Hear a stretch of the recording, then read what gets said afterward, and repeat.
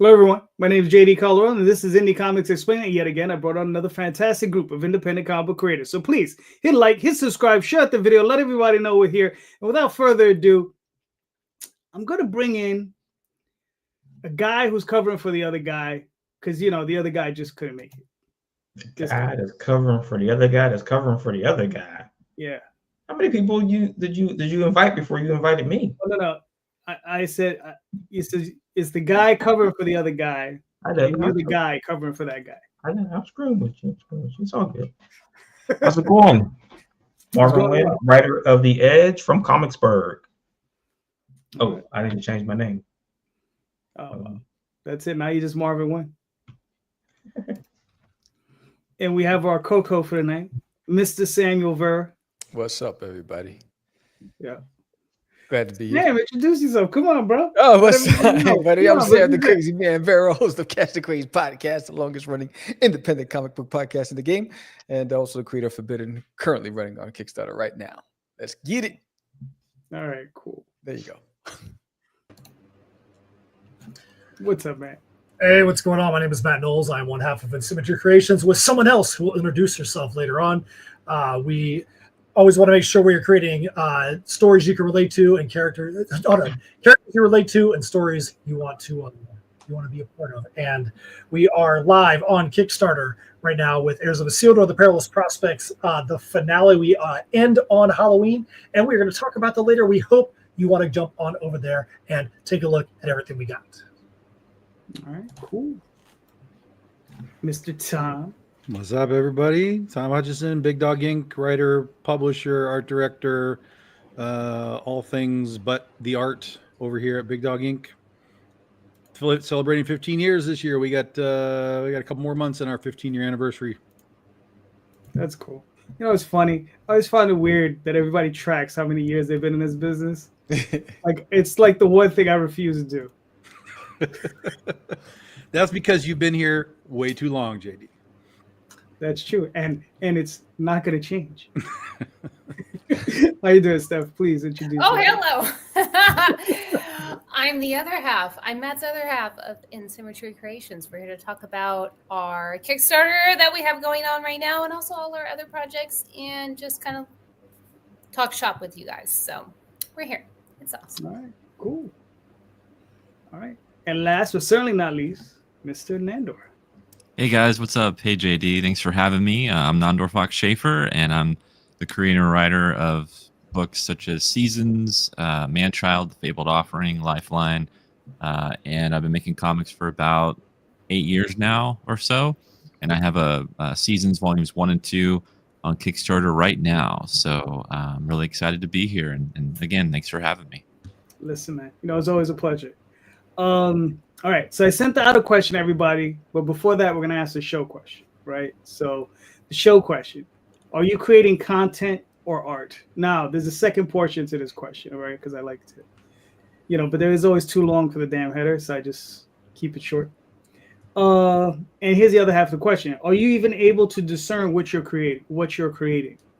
Are you creating content? Are you creating art? Are you even able to discern what you're doing? Can you trust yourself to be able to make that distinction, right? Because I know as a creator, personally, I'm in that forest, and I don't think I can see those. I can't see that damn tree. I can't see it, right? So anyway, Nandor, last man in, first man shot. I mean, first man gets the question. So The first will be last, and the last will be first. Yeah. Mm-hmm. Yes. No, I was thinking about this question, and you know, I guess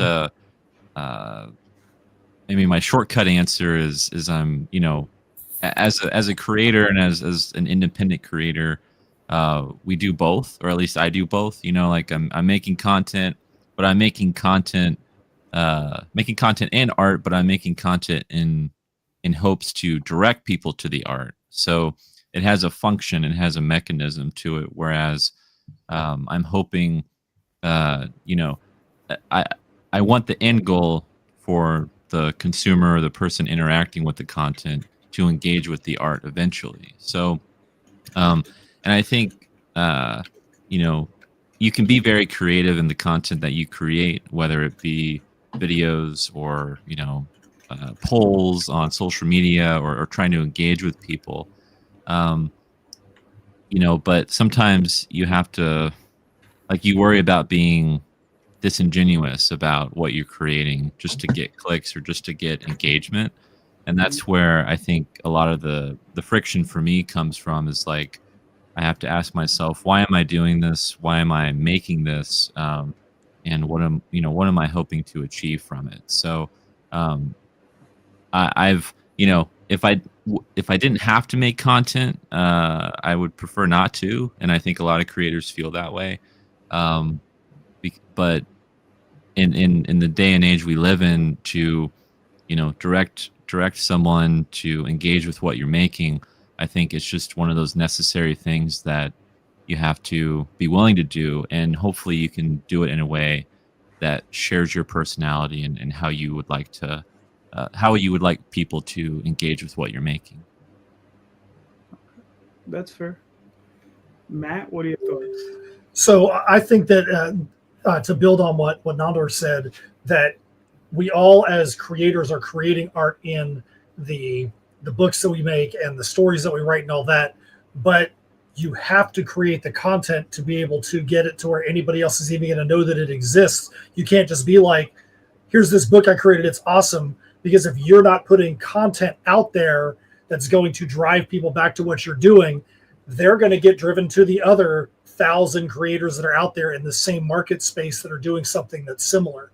So unfortunately, I mean, I know a lot of times you can feel like 90% of your day is just writing posts and doing newsletters and making graphics for those things to spread the word about what you're writing. But it's kind of like the necessary evil in this day and age. So yeah, I definitely feel like we're doing both. I definitely know where the distinction point is between the two. But it's just the necessary evil. It's what you have to do to be able to draw people back to the things that you really want them to have in their hands. And that's our stories. All right, cool. Tom, what you think? Yeah, I mean, that's they both basically said it. We all kind of have to make content. It's just a matter of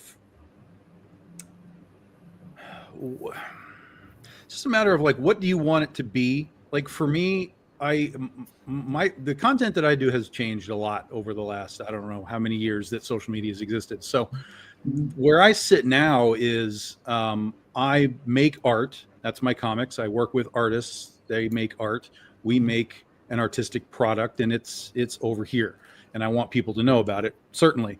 But when I make content, which is just sort of stuff for the internet to consume, I've just fallen back to, it's just me. This is me in all aspects of what I say, what I do, the shows that I'm on, whatever trouble I make on a podcast, whatever bad movie reviews I make. Like, there's no shtick to me. Like, you are getting, Tom, you either like that or you don't like that. And I'm not going to play games to try and like, oh, you should like come follow me because, whatever. So all my content is like, I like football. You're going to see football posts. I like or hate movies. You're going to see that stuff. Whenever I have a Kickstarter or I'm happy that something happened in my business world, you'll see a post about that. But none of it is shtick. I really don't like shtick. There's too many people that are snake oil salesmen and run with that shtick character thing. And I'm like, as soon as I see that, it's like, I'm turning that off. I don't want any part of it. So, for me, to whoever's watching, if you're thinking about what sort of content you need to create for yourself or your brand or whatever, be as real as you possibly can be. I feel like that's the world that we're in right now. Yes, there are characters and people that do characters like on TikTok and, all the kind of stuff. That's certainly can be discussed. But I think ultimately, at the end of the day, the more real you are, the more opportunity anyone who's following you is really following you versus they've fallen into the shtick. And, oh, is Tom going to eat a stupid jalapeno chip today? Like, no one cares. No one cares, right? But if you're authentic about like, Tron is very mid, guys, let's talk about why it's mid, then, people can get engaged with what you're doing. So just that would be my sort of suggestion. And that's kind of what I've done is everything that I do is I believe what I've said. I can generally back up what I've said. Some of it's still in fun, but it's just me. And then hopefully, if you like all of that insanity, by the way I make comics, you might like that too. All right, cool. Steph, what are you thinking? I actually really agree with what Tom just said and Matt before, because obviously Matt and I work together, so we have a very linear way of thinking. In that, you know, however you feel about the way that something is created is authentic.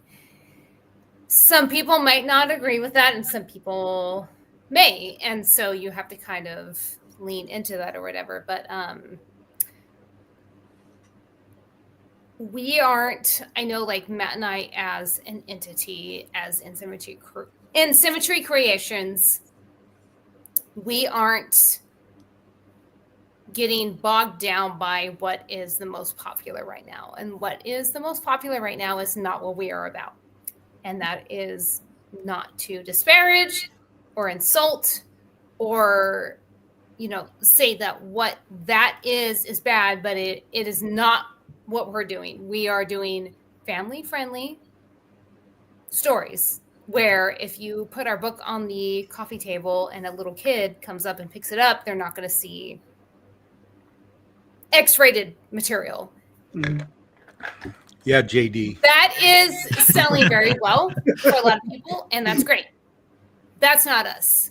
So we are concentrating on that when we go to shows and when we do these live streams where we say, you know, it's not hokey, it's not, you know, 1950s kind of like cheesy. There is going to be like some, you know, disparaging like fights between people, but we're not going to go down that route. So that's what we are about. We're going to stick to that. That is what we are about. And anybody that does the opposite, that's great, because there's a lot of money in that, as we have seen. They're making more money than we are usually, but, you know, so, you know, that's kind of like where we're at with that. All right, cool. Sam, what are you thinking? I'm thinking that, see, I'm looking at it from a different perspective. I'm looking at, I love to create stories and I love to draw. I absolutely hate having to create posts all the time and create marketing material and constantly trying to get that advantage, but it's a necessity. You know, shout out to Marco, who's another artist, and he reached out. He said, "Hey, you want to go online and draw?" I was like, "Oh, hell yeah!" Right? And so we're drawing last night, and I was just gonna do a quick little drawing, and then he was like, "Hey, why don't you add a dragon?" And I was like, "All right, let's do it." Right? You know, so I was just having fun, and it just brought me back to why I'm doing it. The other one just feels like work. Drawing just feels like life, like it's an extension of me, and then everything else, having to create content, having to create videos, having to do all this stuff, and every day, you know, making sure that, you know, because there's so much talent out there, right? And that's the reality. And, you know, we don't have that that budget or that reach, right? So you have to try to, even with the algorithms not working in your favor, right? Because, you know, you post something today and people who are following you won't see it for like 5 or 6 days, right? It'll show up on their feed like, you know, a week later. So you have to constantly grind and put it out there to hopefully somebody sees it. Hopefully it lands on somebody's feed. Because you just don't know. You just can't leave anything to chance. So, yeah, I feel like I spend the majority of my time creating content versus actually, you know, doing what I wanted to do is create stories and draw every day. So, yeah, but, you know, you have to do it, unfortunately. Cool. Marvin? Define content. Define content.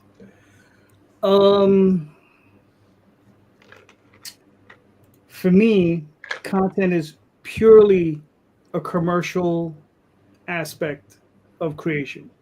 You're not making stuff for yourself. You're not making stuff for your soul. You're just making stuff to sell. You just might as well be selling a widget, a pen, a nut, a bolt. It doesn't matter. So you're talking about something that prevents churn, right? Excuse me? Churn. Churn? Yeah. You mean something you just churn and burn? Yes. Pretty much. Okay. Just want to make sure. I mean, you can be creative and still churn and burn. Right. Right. But, but I'm talking about there are people who specifically, like Steph said, who look for what's hot now. Mm-hmm. They do whatever creative mechanics they have to go through. They put in that 10%. They create whatever pap they're going to create, and they put it out there as quickly as they can to make as much money as they can. Right.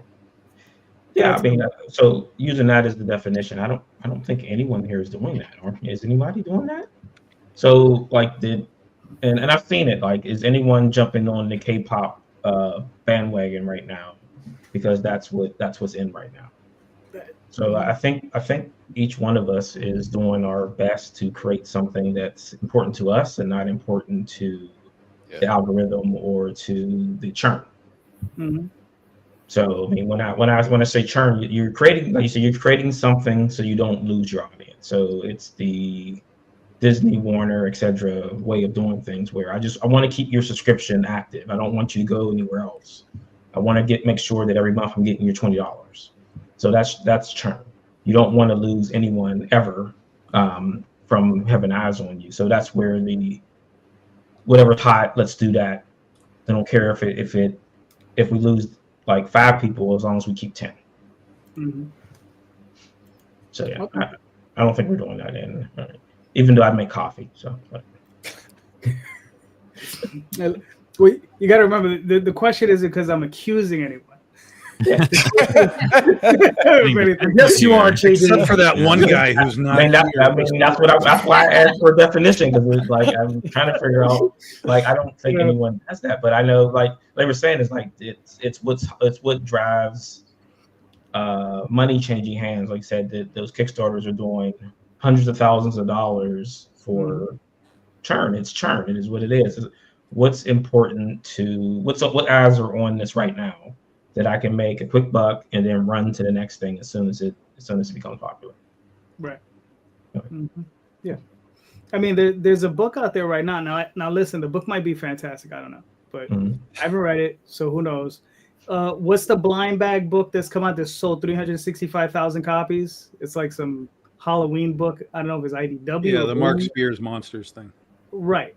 Like, we all know we're going to find within the next year 10,000 of them, and any dollar box you go to, you're going to find those books just flooding those things. For me, I don't know if that book, where he's coming from, but I know whoever put that thing where they put it in a blind bag, it just makes it look to me like something that's just like some soulless monstrosity. Now, it could be that it's completely opposite and he put his heart and soul into it and it's a beautiful book, and that's quite possible. But, it looks... Let's just say this. Blind bags are content. Yes. Yeah, that's churn. That's just and listen, and also, to be clear, blind bags, mystery boxes, all that kind of stuff, none of that's new. That's happened for decades. It's been around forever. I just talked about this at Big Texas Comic-Con. In fact, I was like, the Pokemon aspect of it though is new. Not really. Even that was similar, because they were like mystery envelopes. You don't know what you're getting when you open it. Like, none of that's new. But the issue that I have with the blind bags is now it's every single time, right? Now it's every new DC drop is a blind bag. Every new Dynamite drop is a blind bag. Like, it gives off a sense of this is the only way that it works now, is with a blind bag. That's the part that bugs me. And then you're right. You can watch these people opening them, and 1 out of 100 of these people are like, "Oh my God, I got a thing." Most of them are like, "Ooh, what's this? Is this the good one?" Like, because all they want to do is flip it, right? So it's the worst possible reactions from these people opening them. It's crazy. So it's even Todd McFarlane. He was asked if he was going to do blind bags for Spawn, and he was like, "No. What's the forward progress of that? Like, what's the future of that? That's a now. That's an instant. That's a short-term blip on the radar, and then where are we down the line?" So that's kind of where I'm at. Again, I'm not tearing down anybody that does them. We've done mystery envelopes and stuff like that, but it's not every single time. Right. There's nothing special to it. You know what I mean? It's no longer special. Right. Right. Well, it's feeding on the gambling nature. It's gambling. Oh, yeah. Right? Yeah. So that's what it's feeding off of is the idea that I'm going to buy this ticket and then I'm going to go home and pretend that I won $100 million. Mhm. And then I already spent the money. I don't even have it. The numbers come up, I lose, and then I lost that rush. It's Vegas, right? That's why people go to Las Vegas for the rush. Mhm. Like I see people like pop out like, oh, I got the 1 in 1,000, and then I see another one. I got the 1 in 1,000, and then another one. I got the 1 in 1,000. I'm like, what? There How can are only you be all one. getting this? And how many does that mean that we exists in this entire run? Which, to your point, JD, is like every other copy of this thing will be in the $5 variant bins, within a year. Yeah. I think the thing with stuff like that too is it runs the risk of disenfranchising the true real fan of what you're doing, that they're just like, hey, I just want to get every cover because I like what you're doing. And you're like, well, you want to get these 3 covers? Well, you might have to buy 100 just to get those 3. And personally, I know I would feel bad if somebody that's been a faithful supporter of what we do that just wants one of everything, that they'd have to go through and potentially get like 90 of one cover just through bad luck to get 3 covers. I'd feel like I was ripping those people off. And I think that there's a fine line there. I mean, blind bags, like you said, Tom, can be fun. They can be something that, can create some excitement. But if it's too much and it becomes something that's gratuitous, I feel like you run the risk of losing real fans that just want to be collectors of your things. Gratuitous. That's the perfect. Yep. The perfect word. Yeah. Mhm. Well, I mean, weren't people just complaining recently about ratio variance? Yeah. Yeah. It's For the last same 5 thing. years. It's the same thing. It's one thing. It's Malibu Stacy with a hat. That's You're still repackaging. buying. Yeah, you're still having ratio variance. It's just you have a chance to get it Right. instead of having to spend $100 on it. Yeah, But you might just still have to spend $100 on blind bag just to get one anyway. So. right. So I mean, again, that's the churn. Like you just repackaged something and presented it in a different fashion, and people are like, "Oh, it's something new." No, dude, you just bought Malibu Stacy with a hat all over again. Mhm.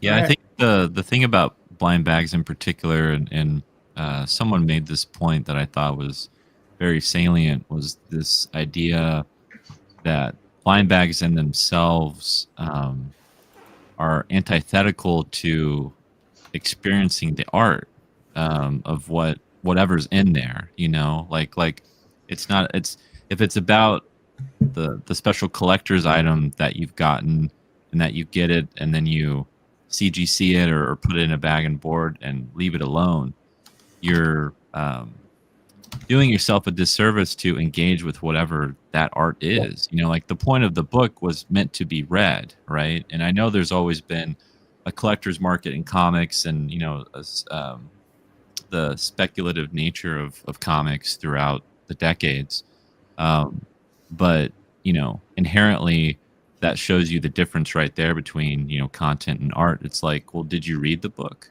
or were you just excited that you got the cover you wanted, so yeah, you can flip it? And there's a market out there, and I think that's important, that's great or whatever.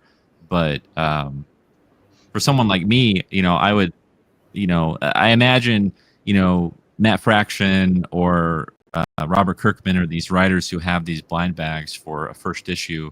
I'm sure they enjoy seeing the numbers, but also deep down as a creator, you would be like, well, did you read it? What did you think of it? Like that matters more to you as a creator. So, and I think they would appreciate that a lot more than just, hey, I got that book and I flipped it and I got all this money from it. It's like, that's not very, I don't know. It feels gross to me. So. All right. That's good. Like I said, I've said it before. I make the stuff for myself and then I sell it. Yeah. I sell it so I can just make more stuff. So that's always been my my approach to it. It's just make it, sell it, make more. So, Marvin, you got a question? Sure. So I was on Comics Pro's recent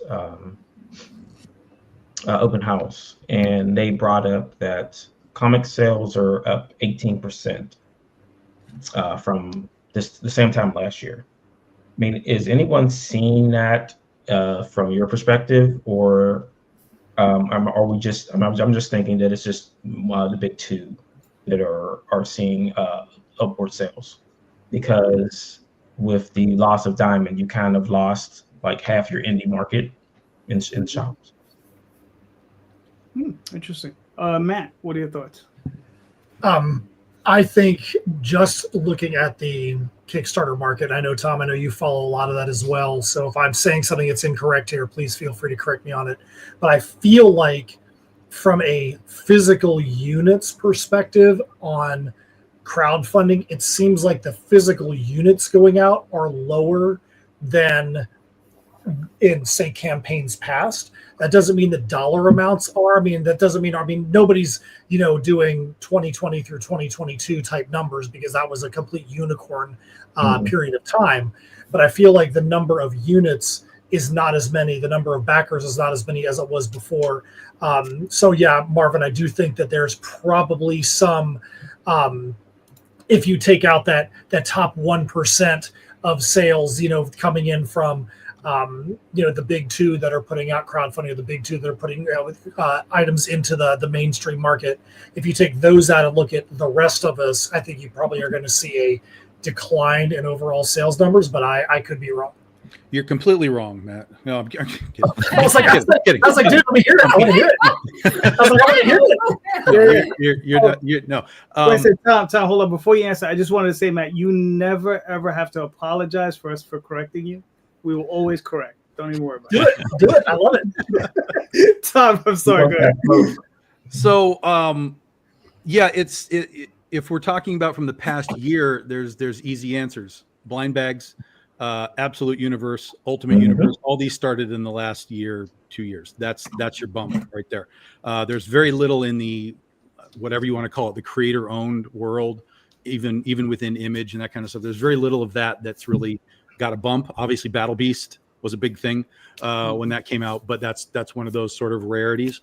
So there's definitely bumps in the Marvel and DC world, little blips like Battle Beast, stuff like that.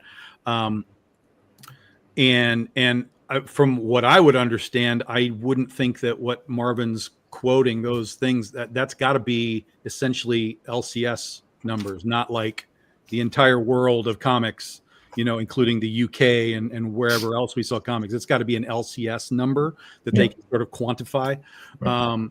And so it doesn't surprise me that we're up a bit. I would also ask if those numbers include trade paperbacks, omnibus, things like that, because those clearly have had a spike without any question. Those types of books have been spiking.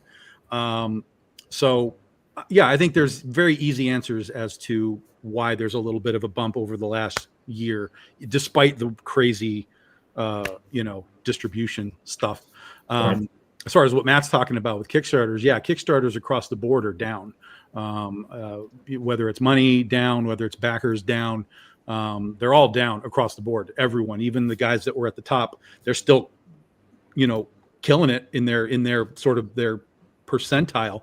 But you can go back and just look through their campaigns, and you can see the drop down. It's just across the board. Crowdfunding has come down. I think with crowdfunding, we had a golden age, which was sort of that 19, 20, 21, 22. And now we've kind of mined that out. And now we're in the silver age of crowdfunding, and you can still do well in it. It's going to take a little more work to do it. You're not going to be seeing that big hefty payday that we once saw back in those early days anymore, unless you're really, really hustling and you've kind of found a niche for yourself. So yeah, the crowdfunding is definitely down. And I think that it being down is going to open the doors for people to sort of weather the storm of the drop off. Anyone that can maintain their consistency and just kind of keep going. There's going to be a lot of people that are coming into the crowdfunding space. It used to be you came into the crowdfunding space and you were kind of like, holy crap, we did really well. And now we have to ship 500 packages and we don't want to do this anymore, and they drop out. Now we have people coming in going, oh, crowdfunding is really cool, like this is really great, but then they're not making enough money to continue, and then they'll start to drop out. So I think we're in a shakedown period for crowdfunding, and if you as a crowdfunder person, whichever platform you use, if you can maintain consistency and at least be successful enough to be paying your bills all the time, consistent, you will come out the other end and start to see the light when we get to the other side of the light. Cool. Steph, what are your thoughts? Can you remind me what the question was? Because I feel like we've gone like two separate ways. Well, I mean, I always hit the fork in the road, and I'm like, I thought I knew what the question was, but now I'm very confused what the question. Well, I guess we can plus one it. So during the recent Comics Pros open house, they mentioned that comic sales through retail is up 18%. But at the same time, the shops have lost a bunch of indie titles because of Diamond. And then we can add on, are you noticing a drop off in pledgers in Kickstarter? So real quick, before you go, let me just add something to that, because we're talking about the retail side, right? I've often said that retail doesn't need us as much as we need them. And if we're seeing a loss of indie titles at retail, and yet retail is bumping, that just sort of proves that they're buying 5 of my book and putting it on the shelf is not really relevant to them. I'm going to answer this as well as I can, because I feel like this question has gone 360 degrees. My goodness. Wow. Okay. I don't even know what the original question was. This has gone. Here's what I'll say. And I don't even know if this is any bit of the question or any bit of the answer, because I feel like by the time it got to me, this question has gone all over the place. We can't compare what's happening right now in LCSs to what's happening on Kickstarter. We never can. From what I've understood, and this may be not at all what your question was, because I at this point I'm a little lost. Okay. From what I see from the big two, they're trying to reinvent once again their titles. DC is doing like absolute titles, absolute Batman, absolute Superman, and all that kind of stuff.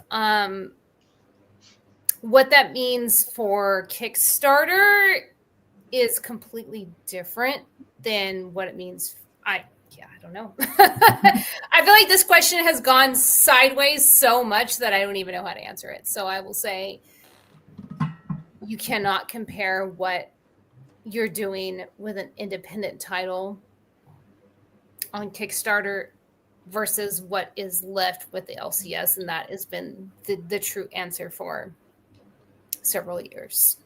Yeah. So I don't know. This question has gone off the rails. I just think I think to build on what Steph is saying, I feel like, if people are like, yay, absolute Batman is selling, that doesn't mean anything for Nandor when he's at a convention with his book, or when he's on crowdfunding, because they're not there because of absolute Batman. They have that thing that they know. Think about how many times somebody goes to a show and they want to buy somebody's drawing of Spider-Man that's there, and they don't even look at your table. That's the character that they know, and IPs that people know. I feel like that's where the money is. That's where a lot of the money's going to collectability. That's what makes it difficult for the 7 of us that are sitting here, is that we have to work that much harder for that dollar that's barely there to try to get somebody to spend it on our title that's not something that they know. To be honest, I don't think about what Batman is doing and what Spider-Man is doing and what Avengers is doing, because that's not what I write. I'm not a writer for DC or Marvel. I'm a writer for Insymmetry Creations. I worry about what Insymmetry Creations is doing. That's so right. I don't care. I mean, I'm a fan of Batman, but I I don't mean it to sound rude, but I don't really care what the big two are doing right now. I care about what indie comics are doing. That's why I'm on the show. I'm on the show to talk about indie comics and what In Symmetry Creations is doing and what Tom Hutchison is doing and what Damn Marvin's right. Damn I don't right. care about Batman's Somebody clip that for me. ad I love design. it.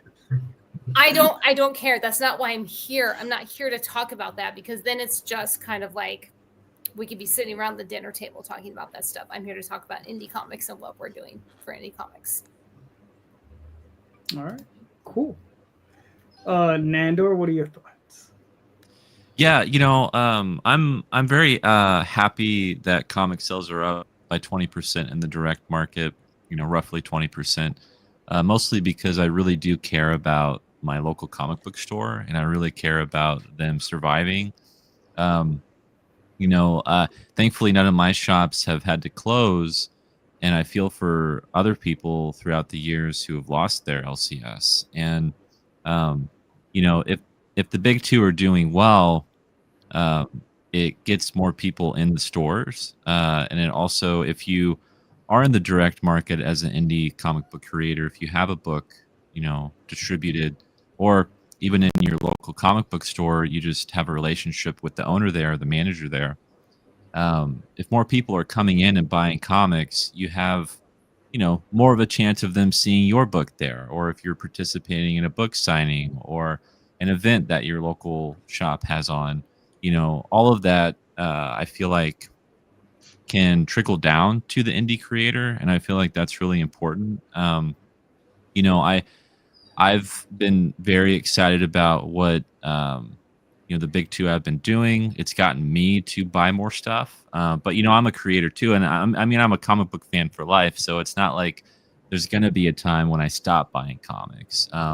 Whether, I'm always buying indie comics, but hey, if the big two are doing cool stuff, I'll buy those too, because I just love great stories. So whether it's in the mainstream or not, I'll be there. And I think that, with Kickstarter in particular, they are totally different markets, right? Like that's the difference between, you could go to a customer at a comic shop and they may not even know, that Kickstarter exists or that crowdfunding is a thing.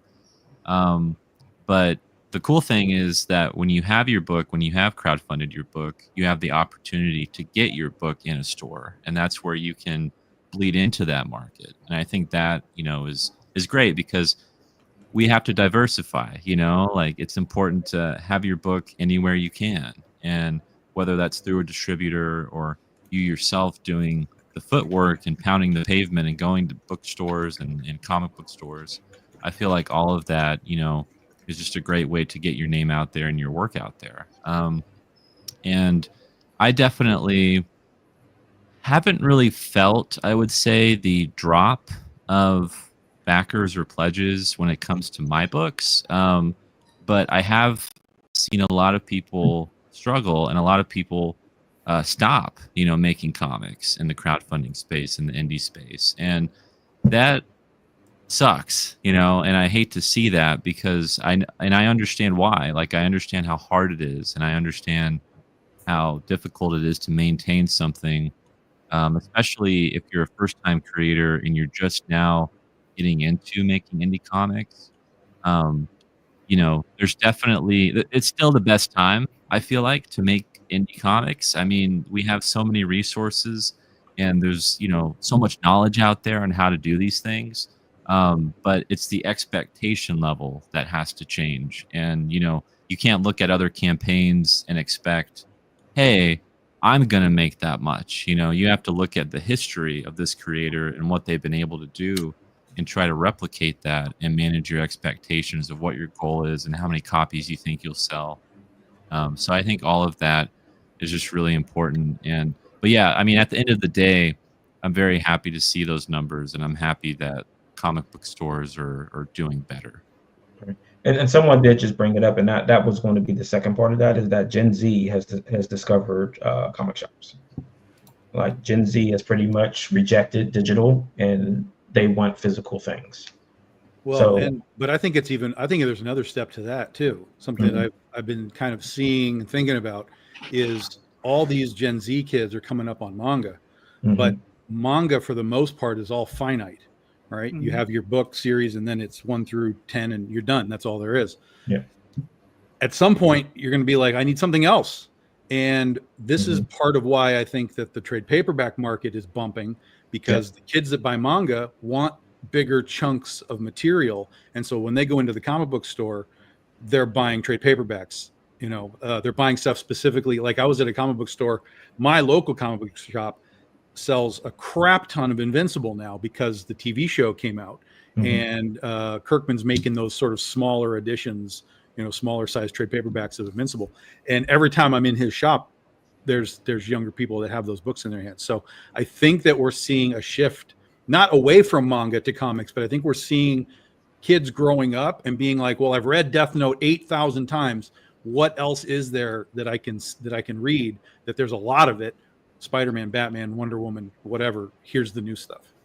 Right. I think that's I just wanted to point out, I think it's so interesting. Maybe this is just kind of a tangent or side note, but I think it is so interesting, and it shows how powerful the format of your book, how that can change the perception of it. With DC doing their smaller trade paperback size books, and then Kirkman doing that with Invincible, and then that size being able to, because it's like the size of a manga title. It's so interesting how that can affect the way someone, the psychology of how someone would pick something up and feel like they can approach that, whereas they look at maybe a regular size graphic novel and either just doesn't feel right in the hands, or they think it's a coloring book or whatnot. But I think experimenting with different formats with your own books can really help you with that too. I know for Steph and I, we had an interesting experience where we used to do a lot of steampunk festivals, and so a lot of them were.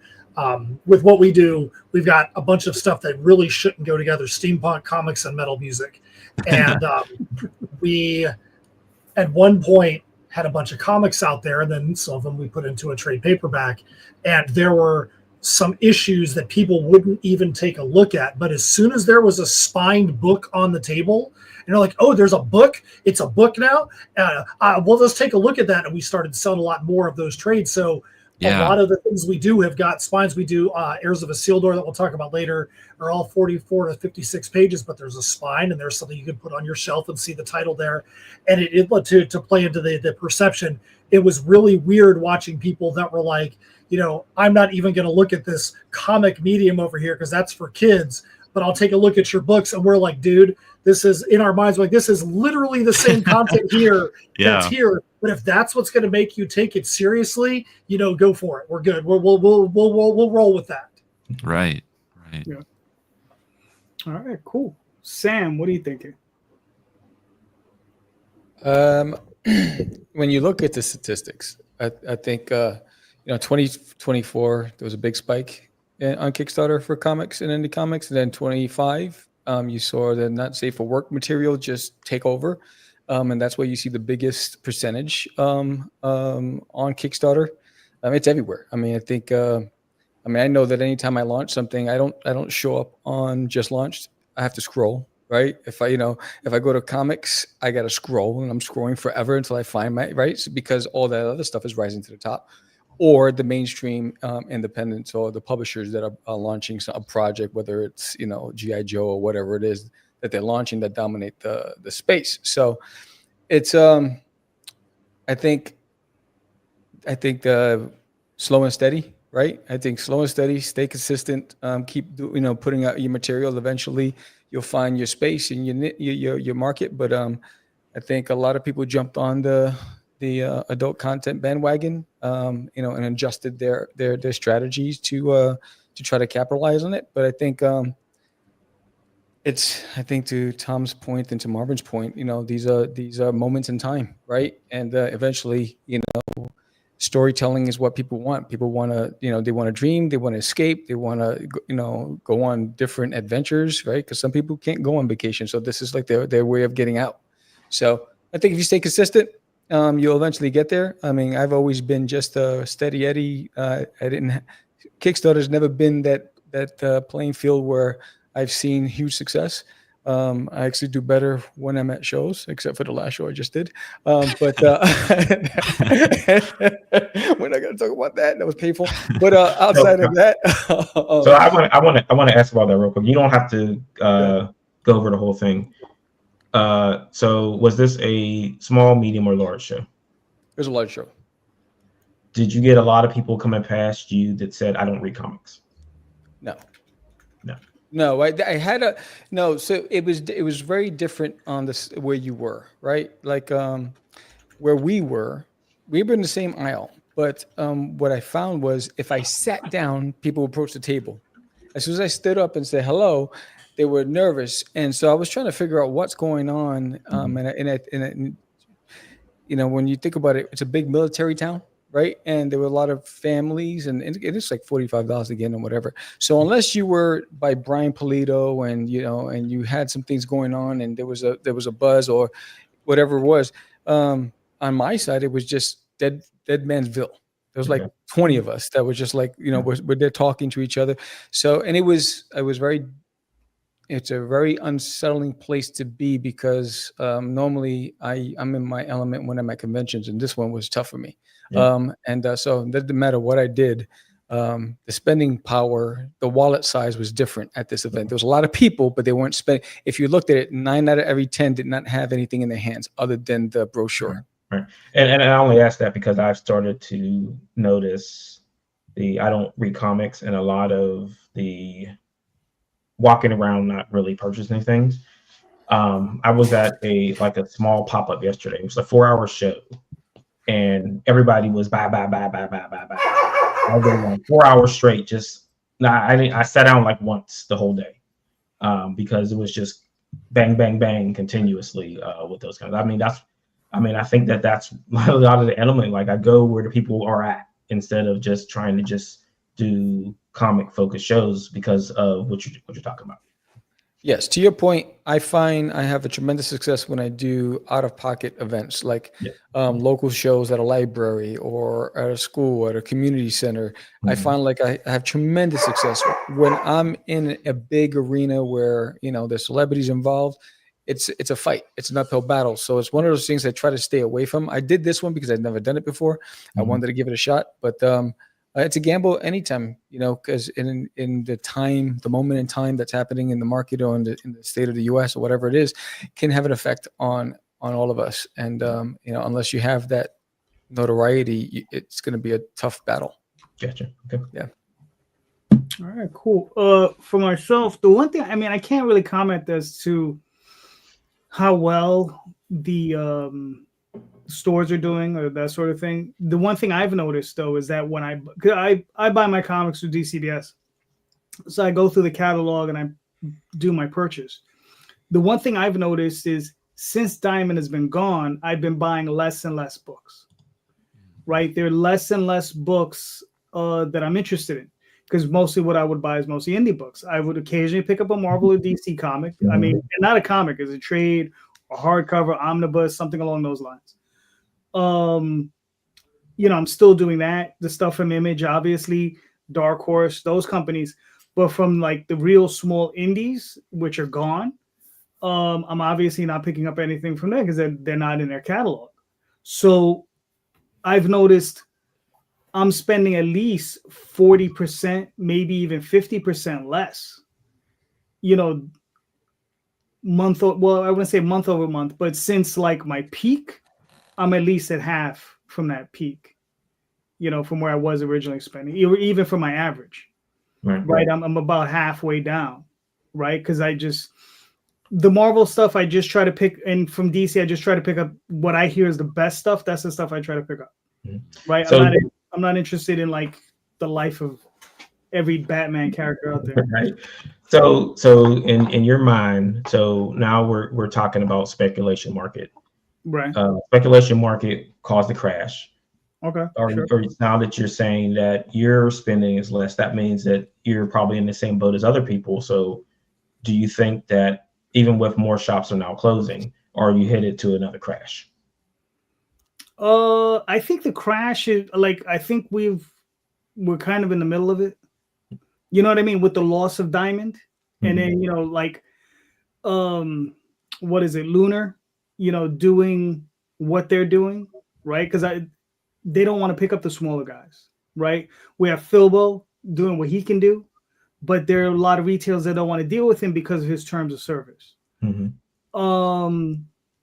There are, and then we don't know what's going to happen when Universal comes in. We don't know what's going to happen, and then what the hell's going on with the almost dead body of this Diamond. I guess it's still gasping for breath, right? At some point.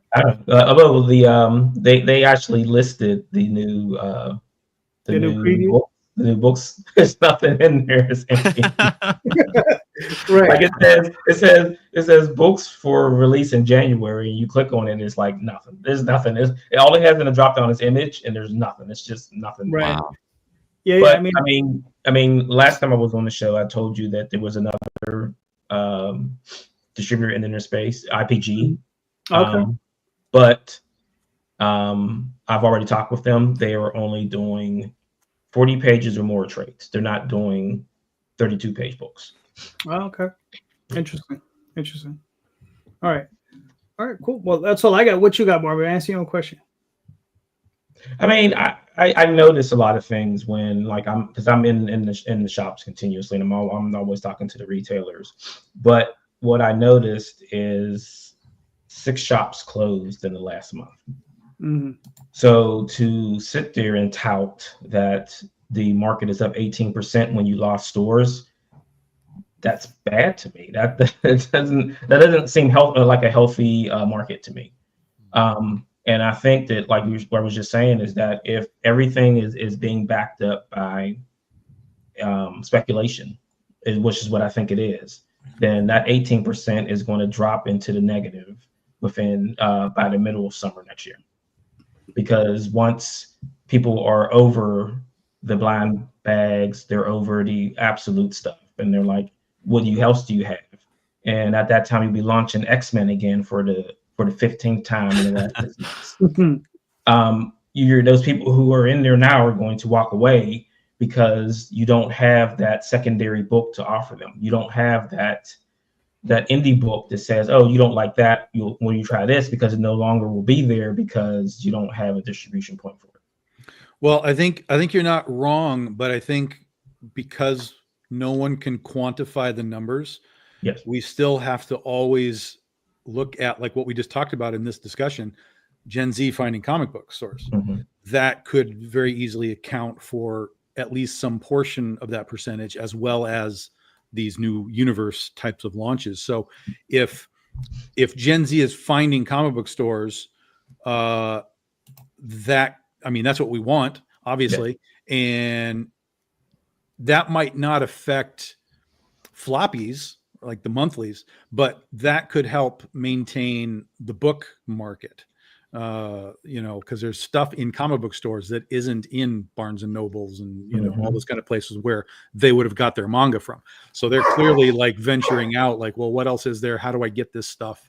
Oh, look, there's a comic book store. Holy crap! Look at all the. Hopefully, anyway, look at all these trade paperbacks, and then they can dive in. So you're not wrong, but I think that if we have just a hint of hope that Gen Z is hanging around, not because of blind bags and that kind of thing, that they're there for, I want more content, then we might be able to at least maintain, through the next year or so, until all the distribution stabilizes and, maybe Lunar opens their doors to more indies and whatever. Right. And then you said about the data. So that's why, like, the Comics Pro introduced was that Comic Standard. I don't know if anybody's heard of that. Where they're trying to quantify all the data into one source. So it's not just that format with that barcode, or you're swapping the codes, or I don't know what the code should be, and then trying to figure out where everything is really going and where it's coming from. So, I mean, if that becomes a thing, then all the it will actually be a standard for data in the comic industry. Yeah, that's good. Yeah. I mean, listen, we don't know who's going to be the heir, but we do know who's the heir of the Isildur. So, do you guys want to see the video? That's like a 3. I That's a tried. 3. That was great, man. I loved it. I was like, dude, when you said who's the heir, I'm like, dude, JD, let's go, man. I didn't know you were going to do that. That was awesome. You want me to play this video? Sure, man, for sure.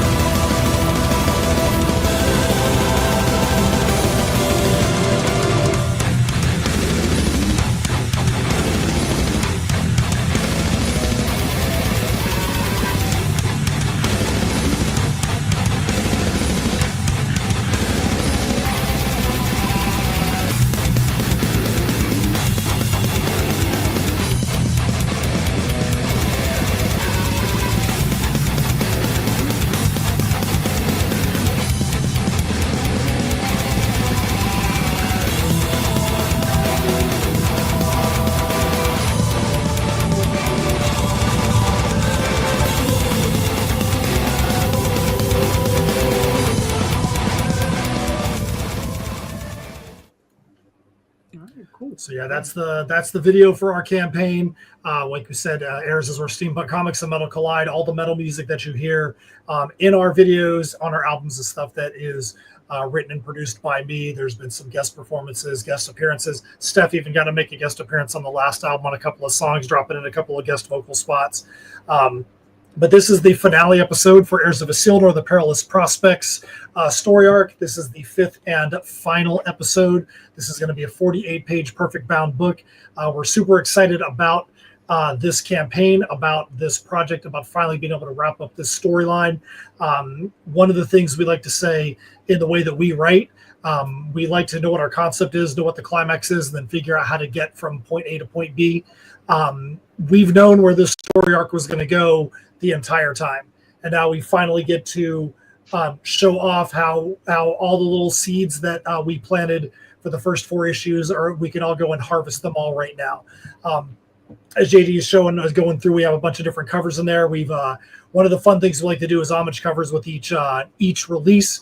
This time it's Back to the Future, and it's based on Back to the Future Part 3, because the Wild West, the steampunk kind of look of that poster fit well for us. Ironically, the day we launched this campaign was the day that the original cover artist, the original poster artist, passed away.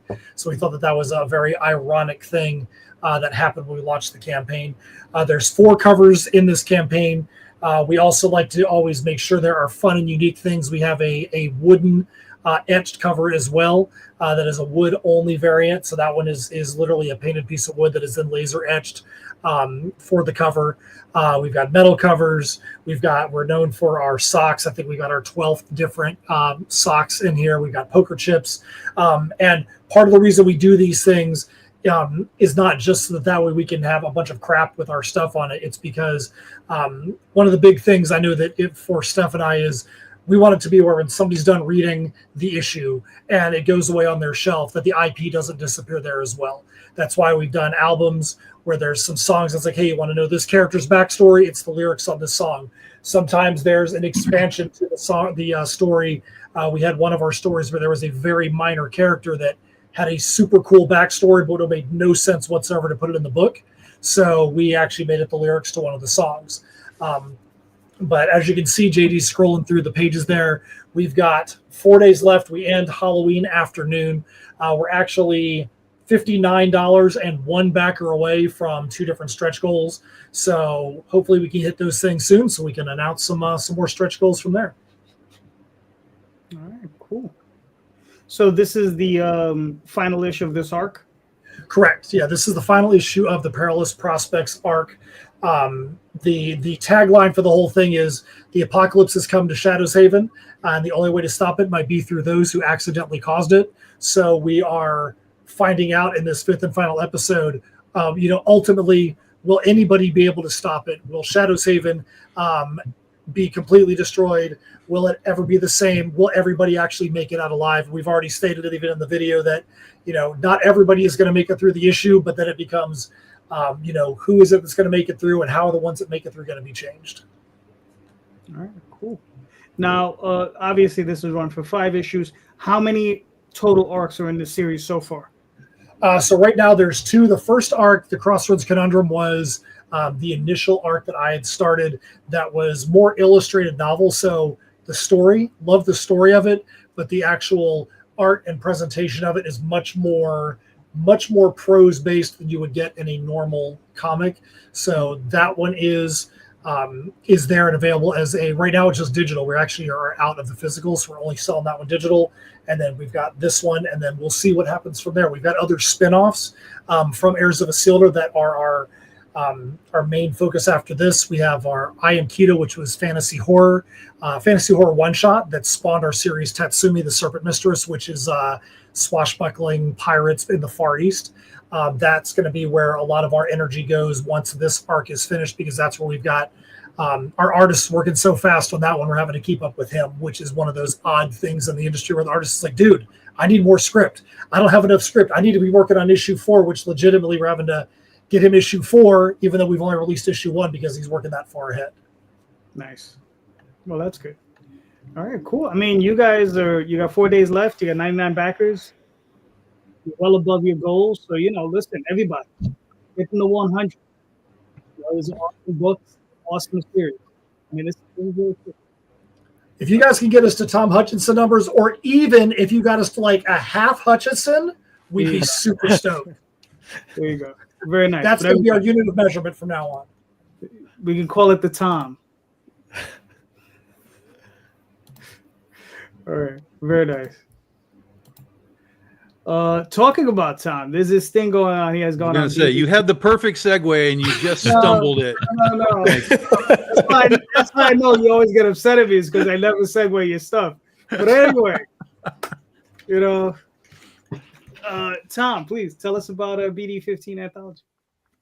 Yeah, so this is something that became an annual tradition sort of by mistake. After a few years ago, we did a BD13 anthology, and everybody was like, "You're going to do more?" I said, "Okay, we'll do more."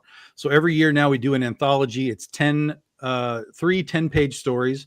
The first one here is Nosferatu. That's our vampire critter. That's what you just saw going by there by Jason Hare and Todd Vertice on colors. The second book is from our Princesses versus Zombies series. It focuses on Pocahontas. Pocahontas, if she was a vampire. So the character is like a heavy duty cosplayer. And so she's created this Pocahontas, if she was a vampire character, for the series. And this is sort of her origin story. And then the third one is a new book that we're doing called The Amityville Sorority Sisters, which is a throwback 70s, 80s style kind of mini movie that I'm doing with Jesse Wichman. This will be the 10-page sort of origin startup of the story. And then next October, we'll be doing the full-sized 40-page complete book for this thing. But we want to get it started and show off the characters and get it all done. So Jesse Wichman's back on interiors for the first time in like 8 years, which is great. And Chuck Obach doing colors. Nice. A couple of stretch goals there by Bun Leung that are getting close. So we're at about $7,600 right now. So we got about 2,400, and we'll unlock that first one. Those are gone now. You're on an old link. Those are gone. Those are our day ones that we do. Everybody gets a trading card, and then we have a couple of retro foils, but those are gone, folks. 8 o'clock, those wrapped up. So get with us next time. You'll be able to get those things. And then here's the books themselves. That's the regular cover. So that piece connects to the previous 2. So it's like one long extended street scene, which you'll see a little bit later. There's Pocahontas, If She Was a Vampire by Hedwin Zaldivar. There is Liberty, the Amityville Cheerleader by Zork Marinero. And then Mike Crome came back. That is our Nosferatu, our vampire critter. And then we have our 2025 Big Dog Inc. bathing suit team. We did a 2024 last year, so we did another one this year. This is a little tribute to Michael Turner and Aspen Comics, who did a art print like this many years ago. And so we did a little tribute by M.R. Gunn. You can get all the books together. You can kind of see how they all connect right there. There's a Virgin holofoil set for the cheerleaders, as well as one medal. That's the only medal that we have on the campaign, is that one there. And then these are our 15-year anniversary books. On the left, we have our Fast Times at Ridgemont High homage by Pedro Perez. On the right is the new Critter costume by the original Critter artist, Jose Luis. So those are a couple of new 15-year anniversary books. And then the other book in this thing is the BD Index. So it's an old school who's who, like Marvel's Who's Who, DC Who's Who. It's 32 pages, 32 characters, 32 different artists through the whole book. Nobody got to double up. There's a whole bunch of people in here. In fact, there's a bunch of people that this is their first BDI work as well. Jason Millett did that Albatross one right in the middle. So we have classic characters and artists. Jen Broomall is in this. Fabio Samau is in this. Oh my God, Ryan Kincaid and Jordan Gunderson. And we've got a few variant covers as well, of course. Becca Whitaker and Adam Withers. That's the new Critter costume. He's the original designer of Critter back in the day. So I went to him to help me design the new costume. Isaac Bell on the Dick Giorgiano Wonder Woman homage. Cool. And then, of course, you can get it all the stuff in one big campaign, one big pledge. There are a few holofoils that you can grab. And then the rest is Big Dog Inc. Universe.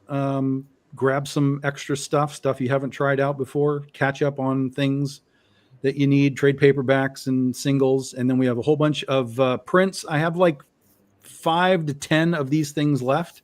So there's very, very few of these prints left. So if you like art prints, we've been selling a lot of these too. I've been looking at the add-ons and a lot of these are going. So that's great.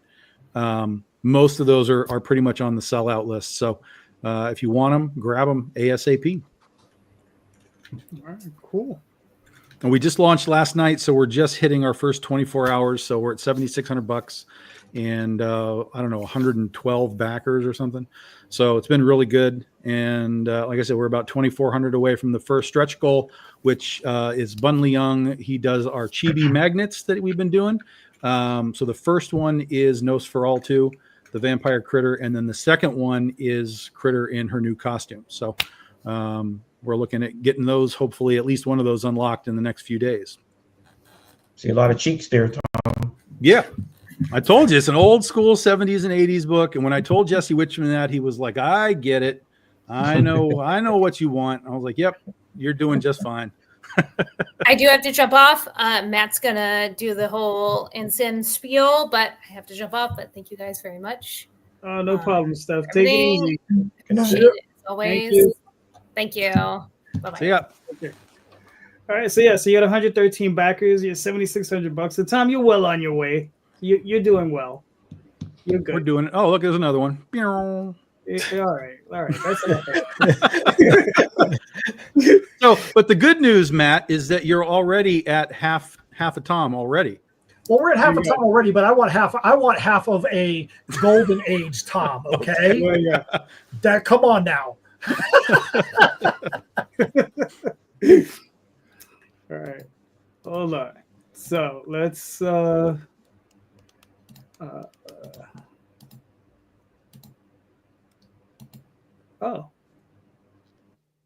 okay, look, I'm gonna pull up all right. Do you want me to play this video, Sam? Sure. All right.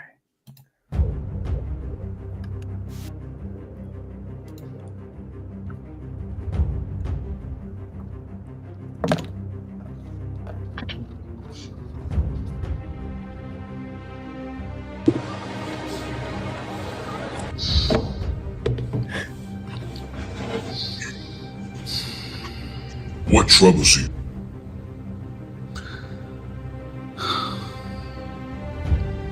Alas, my friend, I bear troublesome news. Then we must drink. Not just have I.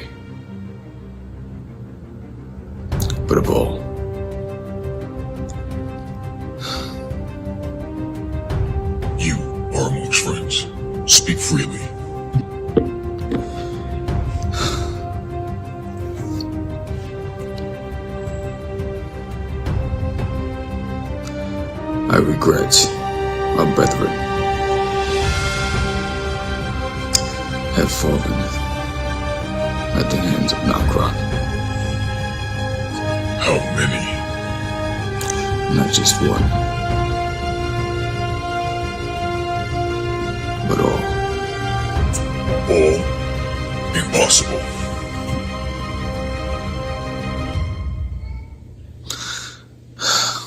The House of Box is no longer. We must plan. We must plan today. Darkness is coming.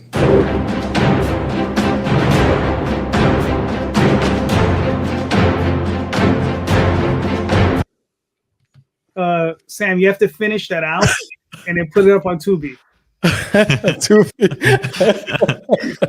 Hell yes, Sam. I love that, dude. So Yeah. cool.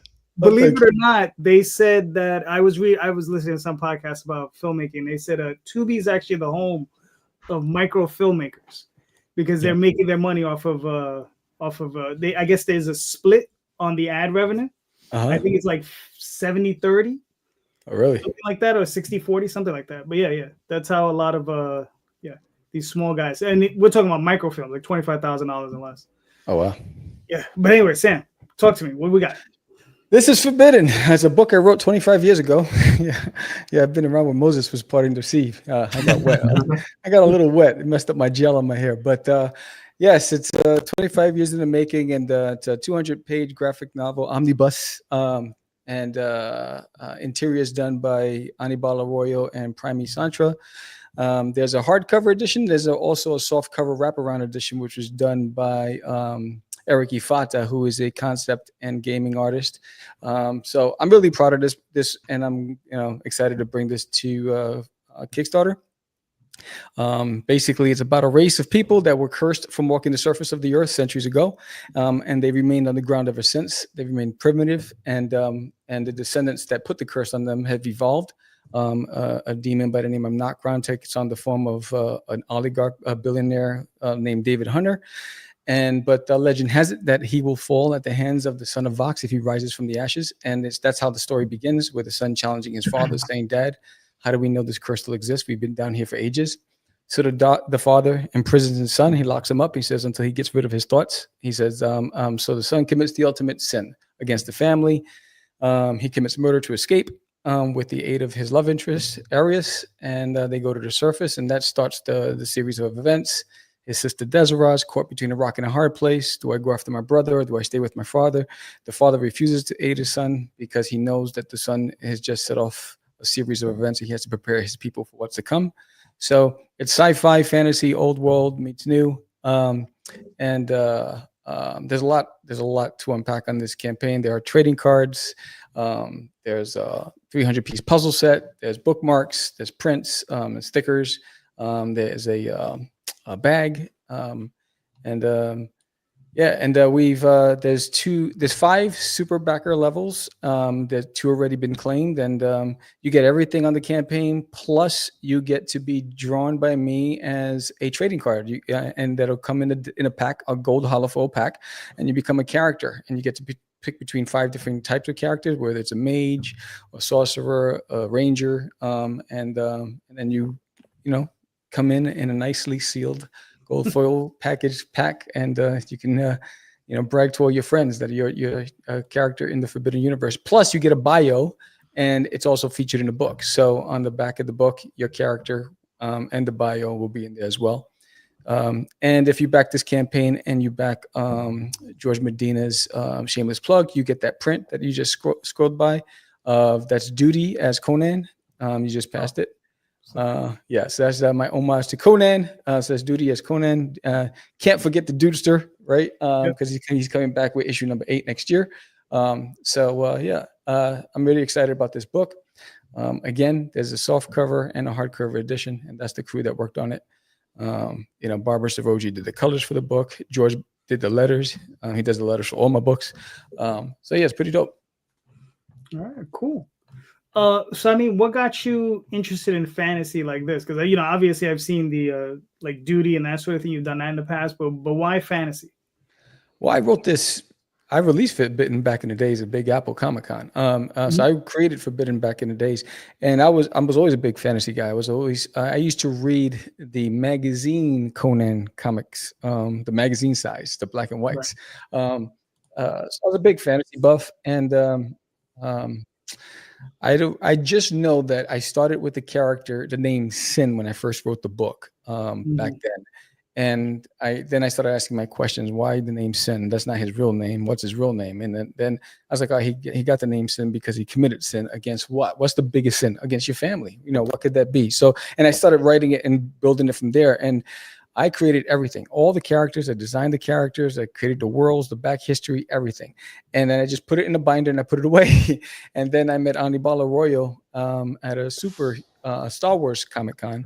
And he started illustrating it. And then when I left comics, the project just ended with it. So back then I only released 2 issues. And so now this has all 7 issues collected in one big book. All right, cool. Well, you've met your goal. You got another 17 days to go, so there's plenty of room there to grow. Yes. Every 10 backers goes into a raffle, and I raffle off a lot of free great stuff. And then we are 396 backers away from the first secret stretch goal. So there's a lot, and we've already unlocked 4 of the 8 milestone goals. So we're on our way. All right, cool. You're currently about 25. You're currently about 25% of a time, so you should be fine. Right? So, half of a half. All right. All right, cool. So here we go. Sorry about that, Nandor. Do you want me to... you gotta give me. You didn't give Sam or me a good segue. Like this. He was just usually only the first person gets the good segue, and everything after that is just a shit show. You gotta save them. You gotta save them for other guests. Yeah. Do you want to play this video? No, it's okay. I'd actually, it's just me talking about the book and kind of my history, and I'd be happy to talk about it here. But yeah, so this is Seasons Volumes 1 and 2, the trade paperback editions. This is my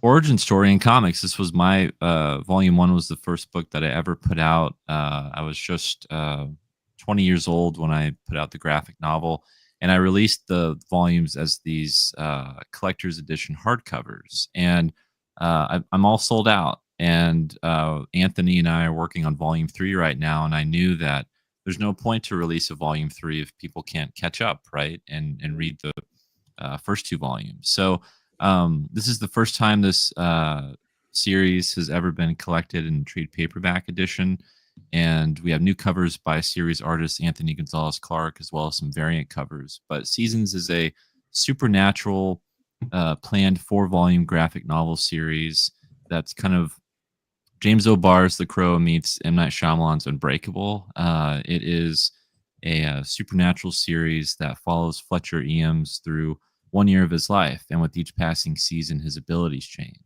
So he's having to face different foes with each book and take on different emotional obstacles to find the man he was always destined to become. So it's kind of a late coming of age with some different flavors of horror, superhero, and action adventure story. So it's a passion project of mine.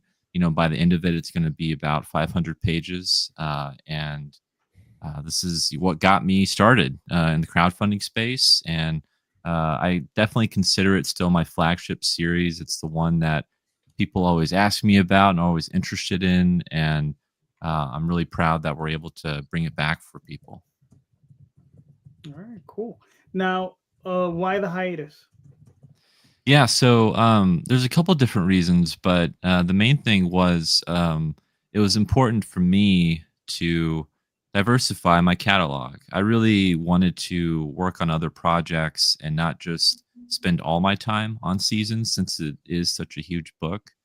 And so I worked on Man-Child, which I'm still working on, and Lifeline and the Fabled Offering, and worked on some anthologies. So when Volume 2 was finished and we started working on Volume 3, I knew that, hey, I want to diversify my catalog and prove myself as a writer, because I don't just want people to think I'm a one-trick pony or I do just this one series. And so I also wanted to bring new readers in, people who may like Lifeline or Manchild or The Fabled Offering. And hey, like I also have this other project that I'm really passionate about and that, started my career, so to speak. And so, and then Anthony was always working on other stuff as well. So we finally got to a point where we could commit to ourselves that, hey, we're ready to lock in for volume 3, and let's roll out the red carpet for this series again and have people rediscover it. Okay, cool. So is the third volume, how many pages are you looking at? Yeah, so the third volume is going to be near to 150 pages. So it's a big book. It's going to be the largest volume yet. And in this Kickstarter, there's actually an ash can for the next volume. So for people who have read the first 2 books, you can get a sneak peek at what's to come in Fletcher's journey. And it's 28 pages, and it's an all new chapter that's never been published, never been seen before. But yeah, so we got a lot in store for Fletcher to finish out this book, the series, and so it's really exciting. But yeah, it's we can't wait, and we're really excited for what's to come. And Anthony, he's been working on this series with me. We were both first time creators when we launched Seasons, so this was his first book, this was my first book, and we've both been sticking together through it all. So it's been really cool to grow together as artists and as creators, and to keep this series alive. Do you feel like you've got an inroad into the manga world there? Because looking at the art, it seems very, very much akin to what people in the manga world are actually into. So do you feel like you've got a way to be able to market to try and get some of that fan base into your title? Yeah, for sure. I mean, every time I'm at shows, and it's really interesting because I kind of, I originally was putting out Seasons for free online as a webcomic when I started, and the manga boom hadn't really happened yet, and so I find now, even more so, I find the book to be even more marketable, even more relevant than it ever has been. And people would always come up to me and be like, hey, this has, a manga aesthetic or an Eastern aesthetic to the art style. And that's all Anthony, like he really brought that to the table. And it was something that I appreciated about his work, but I didn't realize, how hot that would be eventually, how much people enjoy that style. And so, I loved his work just because I loved working with him and what he's able to do with shadows and lighting. And then now to see, how much people are responding to manga, it's been really good for us. And do you felt with the hiatus that the two of you have grown as artists? Oh, no doubt. Yeah, no doubt at all. I'm actually happy that I did not release volumes 3 and 4 yet, because I've been editing, my work, and I'm just such a better writer than, or at least I feel like I've grown a lot. And, nothing major about the story for volumes 3 and 4 has changed, but my approach to dialogue, my approach to, cutting any fat off of story is just so much better. And I'm able to really hone in on what I've been able to do. And hopefully with volumes 3 and 4, people will see the quality change, not only with my writing, but Anthony. I mean, you can see his transition from 1 to 2 and how much better he's become as an artist too. So that's been really cool. And one last thing I did want to mention is that this book was picked up by Source Point Press, and it's going to be available in comic book stores and bookstores through Simon & Schuster distribution next year. But if you back the campaign, you get the book, before anyone else in the world, before anyone in stores. And so, we do have Source Point, Dirk Manning over there backing us and really excited for us. And so if that helps for people to, hey, this is a serious book with people who are excited about it, and that has the backing of a publisher, just take that into account. This is a passion project of mine, and I'd complete it either way, but it's been really good to get that validation and to be able to get into the direct market. Dude, that's awesome, man. I've got high hopes for a Dirk Manning-led Source Point, so that's good that you got your book on there. Thank you. Yeah, I love Dirk so much, and he was the first one to really look at Seasons and talk to me about it and give it a chance. So, and I know he's really excited about it, and he's going to be sharing it out on all the Source Point socials and whatnot next week. So it's a good time for sure. All right, cool. Well, you're well on your way. You got 24 days. You got 51 backers. You're about, was it 40%? Yeah, Oh, yeah. Yeah. So I mean, you're well on your way. So you got to do a little bit of hustling, but I think you're gonna make it. So you're not gonna. Yeah, I think I got like 21 podcasts lined up, so we're all good. Oh, all right. Yeah, there you go. Oof. Yeah, there's a schedule for you. So but I think you're only at about 30% of time. So Right. Yeah. All right. So who do we got next? Mr. Wynn. Who? On the Edge. Do you want me to play this video? You can. I know I can, but There you go.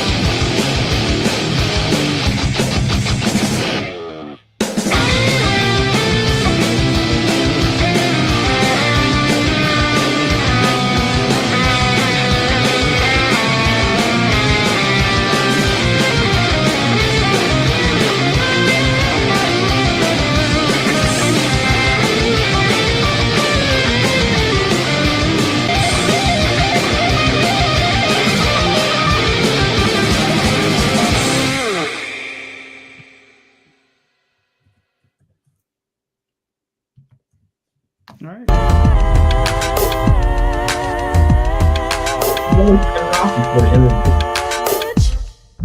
Last time you said that's enough of that. All right. So walk us through it, Marvin. Sure. So this is for the Blaine 3/4-inch G.I. Joe 80 scale action figure, not O-ring, modern articulation.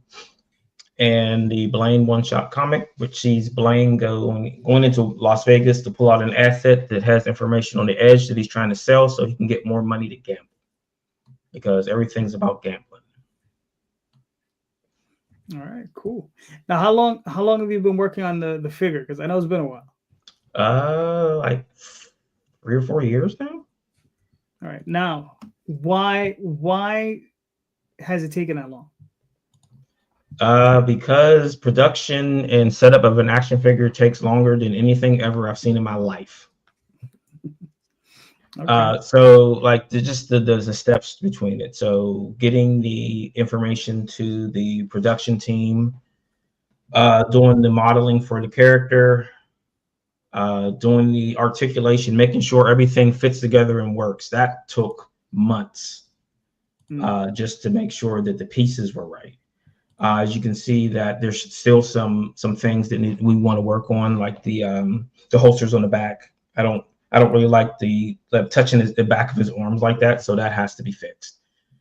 So I mean, it's just the process, and like you don't want to force steps along the way because then mistakes are made. Right. So, I mean, okay. Yeah. Now, was this all built up like, I guess, 3D digital, or did somebody sculpt it? How did yeah 3D sculpting and then printed parts. Okay, cool. Now, once this process is done, well, let's say with Kickstarter, how long is the next step? So we are currently scheduled to go into production in March. Mm-hmm. So it usually takes 90 days. Before they roll out. So then another month on the boat or the plane, or and then how long it has to sit in customs. I mean, I'm pretty sure Tom is aware of this process of how yeah, it wasn't that bad when we had to deal with customs. It didn't take that long, but that was also, 4 years ago. Everything's a little bit different right now. Right. Yeah. So that was back in the golden age of doing figures, and now we're in like the Silver Age, Bronze Age. Yes. Yeah. So we hit 10,000 twice today. Okay. So we unlocked the suit figures, which are the army builders, have multiple heads. Mhm. So we unlocked a second head pack today twice. So we got to 10,000, someone dropped. We got back to 10,000, someone dropped, and we're back at 10,000 again. Gotcha. Yeah. So I mean, with the figure, I mean, you're getting a lot with the figure. So the $40 gets you the 40 page comic. Mhm. You get a gold foil trading card. There's prints involved, and then there's a lot of add-ons for the suit figures. And then there's the extra heads. There's coffee in there. I just added the Wham stand. So if you guys aren't familiar with the Whamblems, they look like this. So any logo that you want, and then a stand to put it on. And he's actually working on action figure stands now. There you get poker chips. There's a poker chip stand and a regular poker chip. These are not to be used in casinos. just so you know, they're not authentic to the casinos. I think they don't have a problem throwing you out. So. And banning you. They throw you out and you get banned. That's true. Yeah, man. I mean, listen, man. I mean, I'm a huge fan, so I'm looking forward to it. You got to get some more folks in there. You had 10,000. You got 83 backers. So listen, we need some more people. Pick up a cool toy. Got another 68 hours. 68 hours. Yep. Oh shit. All right, we're getting close. We're getting tight. I gotta go to people's houses, log on their computers, and pledge for them. Yeah. All right. So, Sam, I'm gonna ask this question. All right. Because I know I asked you to come up with a couple, so you might have to hold on to it. I'm dying to ask this question. Well, I'm not really, Wait, I set it up, so let's ask it. All right, so guys, you got the question. So give me one novel, one comic, a one shot, and one comic series that you found inspired you, right? And why? All right, so Nandor, you're. Oh no, sorry. It's actually because since Steph left, it kind of threw me off. Tom is up. I hate everything. Everything's terrible. So I inspire myself. It's kind of how that has to work. I mean, for me, I always kind of come back to sort of the one thing that sort of informed my comic book making was Chris Claremont and the X-Men. Like the way that he wrote characters in general, the way he kind of built stories. That was really early days for me of coming into comics, was like X-Men and then New Mutants and then, the expansion of the X universe. So that's always been something for me. And then more recently, Robert Kirkman, I got into Invincible before it was cool. And I always liked that too. I always liked that, the way that he did the world building through Invincible.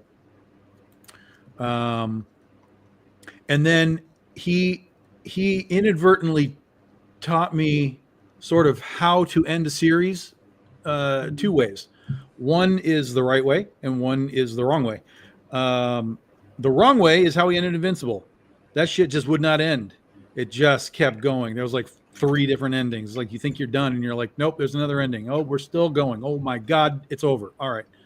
The right way to do it is Walking Dead, where you have this long running book that is absolutely impossible to land to stick the landing. There's no chance you can end this book and stick the landing.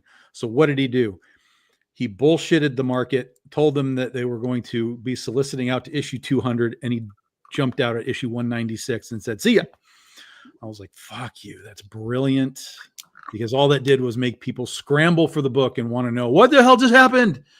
And all they could talk about was, oh, we didn't buy enough because it's the end of the book and we didn't know. And it changed the narrative of the ending. So I don't even know how it ended, if it was good or bad, but it changed the way that people talked about the ending. That is something that he could never end properly. It's impossible. It's like ending, a long running TV show. How many times do they have that perfect, final episode? It's impossible. So, I love that sort of opposite ends of the coin for the way he ended series, and somewhere in between those two is the truth. And I will find it for when I have to end my series. All right, cool. Nandor, what are your thoughts? Yeah, so I did pick. I picked all three. I was like, what do I have here that like books that have inspired me? I'll try to keep it brief.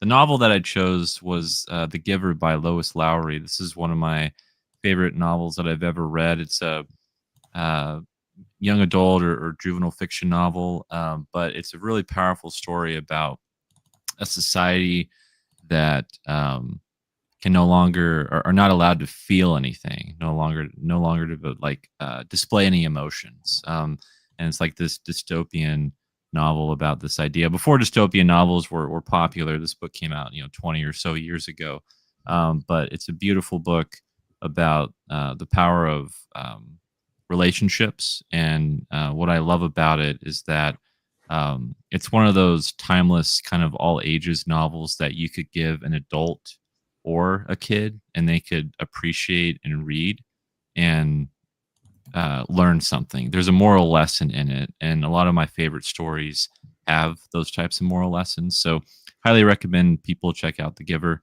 For my comic choice, or like my one-shot kind of graphic novel, I chose The Sculptor by Scott McCloud. This is it's a beast of a book. I think it's over, I don't know, 400 or 500 pages, something like that. It is manga sized, but it is a hardcover. Scott McCloud was there, trying to preach the gospel of manga before anyone else was. He's, a prophet in terms of his ability to kind of see great storytelling and innovative storytelling. And The Sculptor is a great character study, what I love about it, but it's also a great commentary as a creator on the beauty and the power of art, but also the cost of art and how much it costs to be a creative person and the sacrifices you have to make to be able to bring something to life. And the character in the book, he makes a deal with death to be able to create anything as a sculptor. And it comes to life, and it comes to life beautifully. But his life, starts to unravel, and he starts to, see the consequences of his obsession. And so I find the book timeless and really inspiring, and also very relatable as a creative person. My one last choice is for like a series. I want to say it's Jim Kruger and Alex Ross's Earth X trilogy. This run is absolutely the best superhero story that I've ever read, and it's also the best love letter to the Stan Lee, Jack Kirby, Steve Ditko era of comics. It's the first book I've ever seen to make sense of the Marvel universe in a way where it tried to take the entire history of a universe and give it a single narrative. And that's what makes the book so impressive, is that it takes things that shouldn't be connected, whether it be between the X-Men, the Inhumans, the Avengers, and all these characters, and it gives you a reason of why the Marvel universe exists. So it's a amazing story. The first Earth X arc, because there's Earth X, Universe X, and Paradise X, but the first arc was drawn by the great late John Paul Leon. His work is absolutely insane. And I love what I actually love about this book is not only the how grand it is, the grand design of it all, but it's a lot of the back matter material at the end of each issue, because there are these conversations that Machine Man X-51 has with Uatu the Watcher about humanity and existence and purpose and things like that. And those conversations have never left me. As a comic book reader, I read those, and I think it's some of the most beautiful comic book storytelling that I've ever read. So I highly recommend people check it out. All right, cool. Fair enough. Matt, what are your thoughts? So I'm not somebody that's big on, I've got to go get runs of comics, runs of series. It's just never been something that I did. But I would say that when I transitioned from being just a metal musician to getting into comics, that the one series that really inspired me was Lady Mechanica, because I mean the steampunk aesthetic, the environment that he puts a character in, just everything there was something that always appealed to me. And so every time I saw something, I always wanted to go and just pick it up and just take a look and just be not even as much into the story as much as just the visuals, and just be inspired by, yes, the crazy thing that I wanted to do was something that was going to be able to be done, and it was already being done. And when I say it was already being done at a crazy level, not that anything that we were doing with Heirs of Isildur had anything to do with what Lady Mechanica does, but it was something that actually existed and was something that could be successful in this world. And I would say the other thing was, which I feel like sounds kind of dopey when I say it, but I really liked when The Walking Dead came into the commercial world on TV. That was, I was one of those guys that really only got into The Walking Dead then, but that turned me around to be like, oh, let me go pick up all the massive books. I'm like, holy crap, there is so much Walking Dead, and these volumes are massive. I've got to go find a way to either pick one up, or I had friends that had them. Let me see if I can borrow these things, just because those were inspiring to me, just because I'm like, man, this guy has really worked hard to put a great series together, and then it turned into the TV show and the later series, which completely just fell apart in my opinion. But I digress, and I'm going to now turn the floor back over to the rest of you that have got to have much more intelligent answers, and especially like somebody else that just popped back in. I just popped back in. I was like, hey, if it's still going on, I'll just pop back in. Yep. I don't know what you're talking about, but I'm here. Nice, good of you to come back, Steph. Thank you. Well, I asked the question, so that I sent out to everybody. What's one novel, one comic, one shot, and one series that you found inspiring to you? Yes, I love that you sent this beforehand so that I could think about it.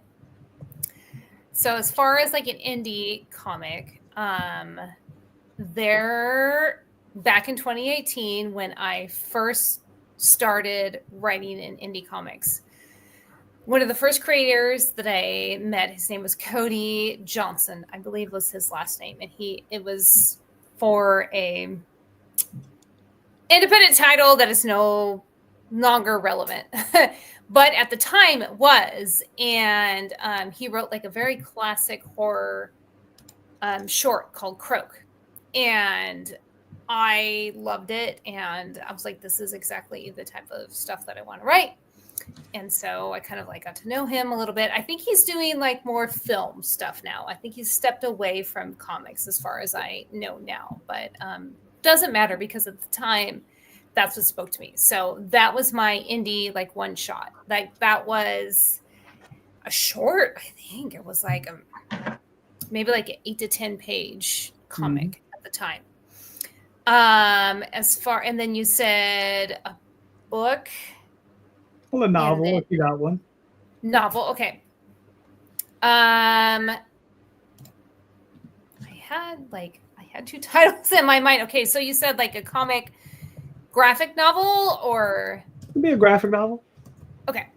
As far as a whole, what spoke to me was Batman Long Halloween. That was kind of like an ultimate kind of segue into what I was wanting to do, and then like kind of tying it into the big two. I read it over and over and over. In fact, I should probably read it again before Halloween if I have time.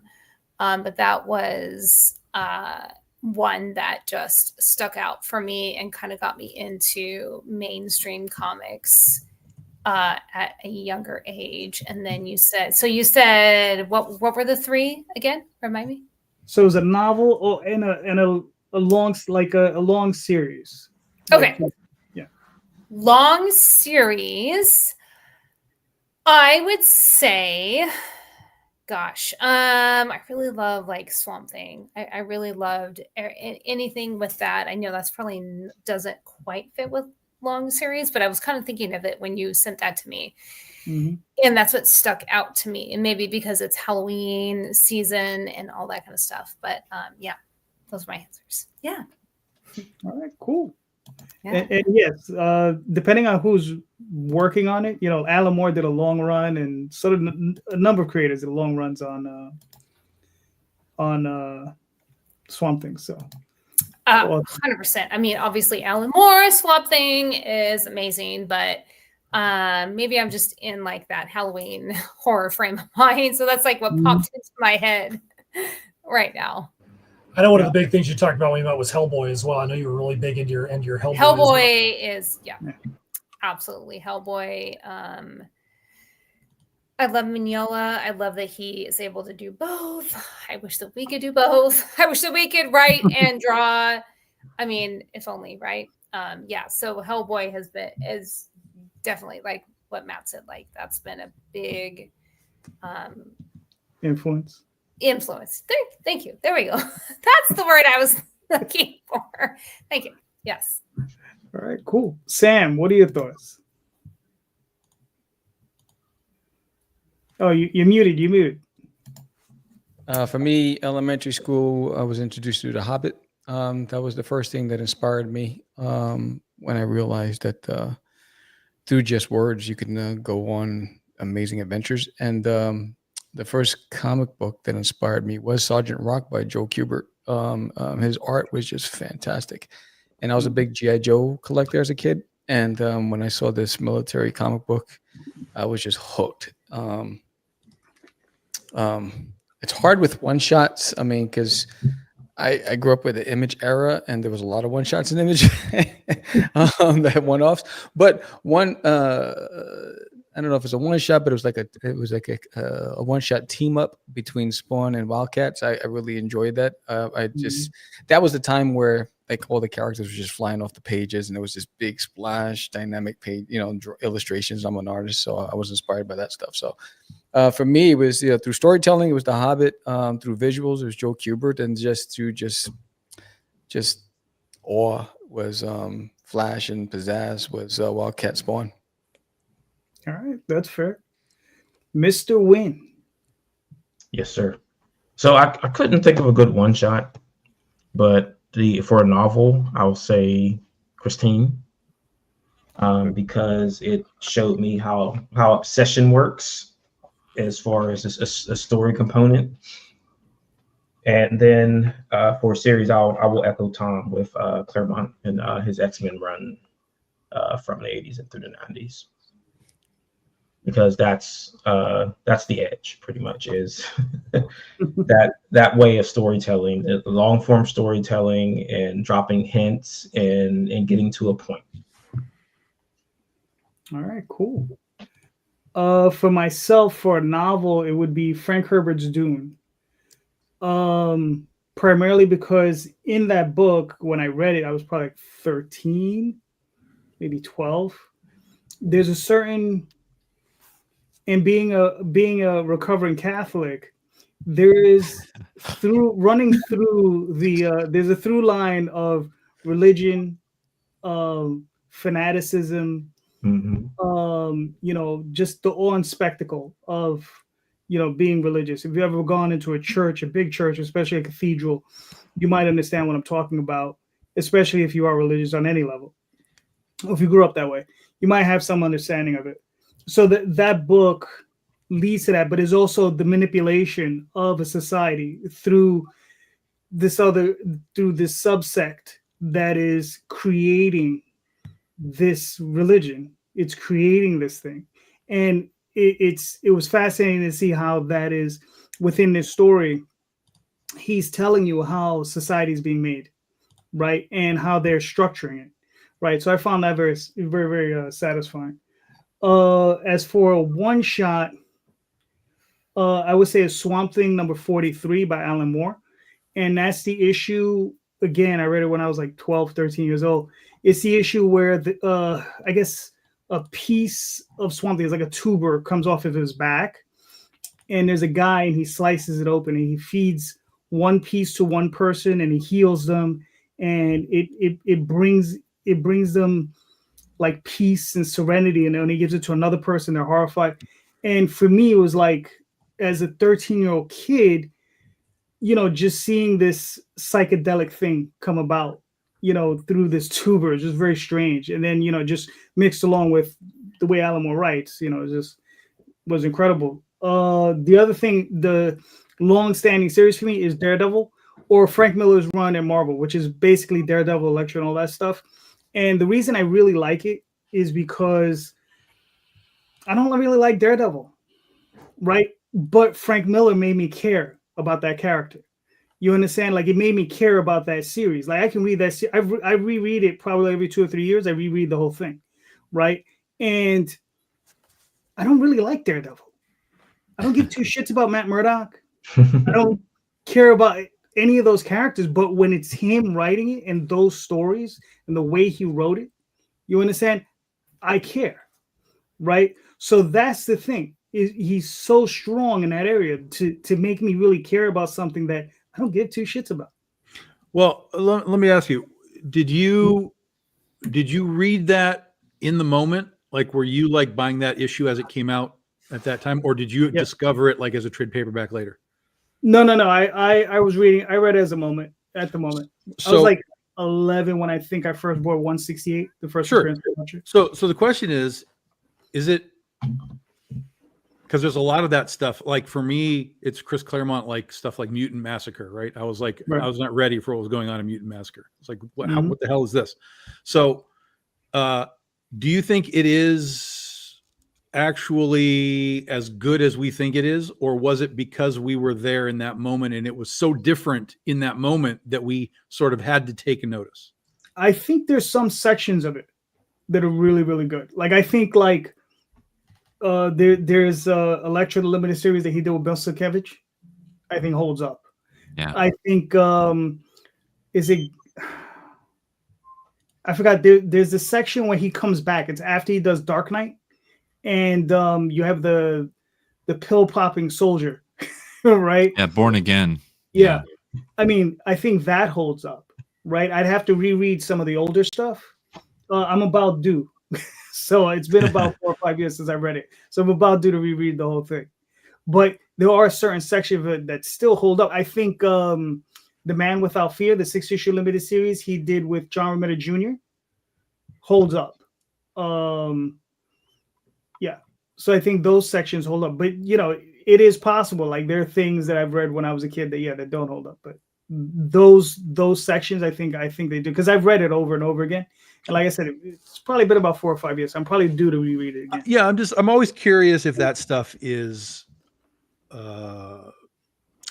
nostalgic. Like if it's the nostalgia button versus this is really good. But I mean, obviously in the context of the industry, that book has been reprinted over and over again and people continue to buy it. So, there is that. It's like for Alan Moore, like I am not an Alan Moore fan, like at all. No, I get it. But other people really dig it. So, but I'm always just kind of curious as to where people like sort of experience that stuff to kind of see, like, is that a nostalgia trigger or, is it something that, that I'm just not getting myself? Right. I mean, look, when I first read 168, it was the first comic I remember I read it and I said, if I write a comic, this is how I want to write it. Right. And I was 11. Right. I mean, that was, the process. I was like, that was the inspiration. It was just like, boom, like, okay, this is what I want to see. And I've been trying to catch this son of a bitch ever since. You know, it's difficult. But yeah, man. I mean, like I think of something like Hawk the Slayer, okay, or Dungeons and Dragons, the TV show, the cartoon. Those are things that I remember being great back in the day. I rewatch them, I'd be like, oh my god, right? So yeah, I know exactly what you mean. Okay. And and listen, we were able to share that with Jay with Laser Blast. That's right. Jay, that's for you, Laser Blast. Yeah. Oh, and I haven't read it in a long time, and I would say for a one shot, God Loves Man Kills, Chris Claremont. I think that was a really good one. I haven't read it in a long time, but I got it in the collection. I should probably pull it out and give it a reread. But I remember that being really good as far as a one shot story. All right, ladies, gentlemen, this has been fantastic. We made it to hour 2, so thank you. This was great. Steph, let's start with you. Where can we find you and your work? So we have our Kickstarter going on right now for Heirs of Isildur. Matt is very good with the social tags. I am not, but we're in symmetrycreations.com and Symmetry Creations on Facebook and Instagram, but Matt is much, much better at actually giving those tags because I am terrible at it. So he will be the one to tell you where to go because I will inevitably mess it up or forget something because we have like 50 links that you can go to. So if you want, the best place, go to linktree.com/InSymmetry Creations. That's got all the links to our different titles, to our website, to our blog, to music videos, to music. Steph also writes for freelance for places like Creepy Kingdom, Horror Geek Life, and Fangoria. There's links to all of her different articles that she has up there. But right now, the absolute most important place that you can go find us is at tinyurl.com/heirs TPP5. That is HEIRS TPP5. That is the finale episode for the Perilous Prospects that is up on Kickstarter right now. It doesn't matter if you're a $1 backer or a $100 backer. We celebrate every single one that backs our campaigns, and we really want to see this thing end with a bang. We're going to have our end of campaign live stream on Halloween, and a lot of people are asking if we're going to dress up for our Halloween live stream in the middle of the day, and I think that we kind of have no choice. But the more people that back it is the more that we're going to be convinced that we have no choice but to do that. More than Matt just putting on a top hat because he does that all the time. That's right. I'll do something that's not a top hat. Yeah, that is a You're going to throw on the jacket too. I'll do something that's totally ridiculous. All right, cool. Tom, where can they find you and your work, sir? BigDogInc.com. That'll take you to the store. We're on all the social medias. We just launched the BD15 anthology just last night. So we got 17 days left to go. If you are not familiar with Big Dog Inc. stuff, this is a great place to start. All the stories are written so that you know exactly what's going on. You don't have to worry about continuity or any of that kind of stuff. Just jump in and you can get the last few anthologies as well. So you get a nice mix of everything that we do. All right, cool. Nandor? Yeah, thank you so much, JD. It's been a pleasure being on and talking with all you guys. So yes, go check out Seasons Volumes 1 and 2 on Kickstarter right now. And we have about 25 days left. And if you are into, graphic novels, if you want a full-length story with each book, over, almost like 250 pages of content of story there, check it out. You can find me on Substack. What I go under Foxhole Comics is my imprint. And you can find me at foxholecomics.substack.com for my newsletter.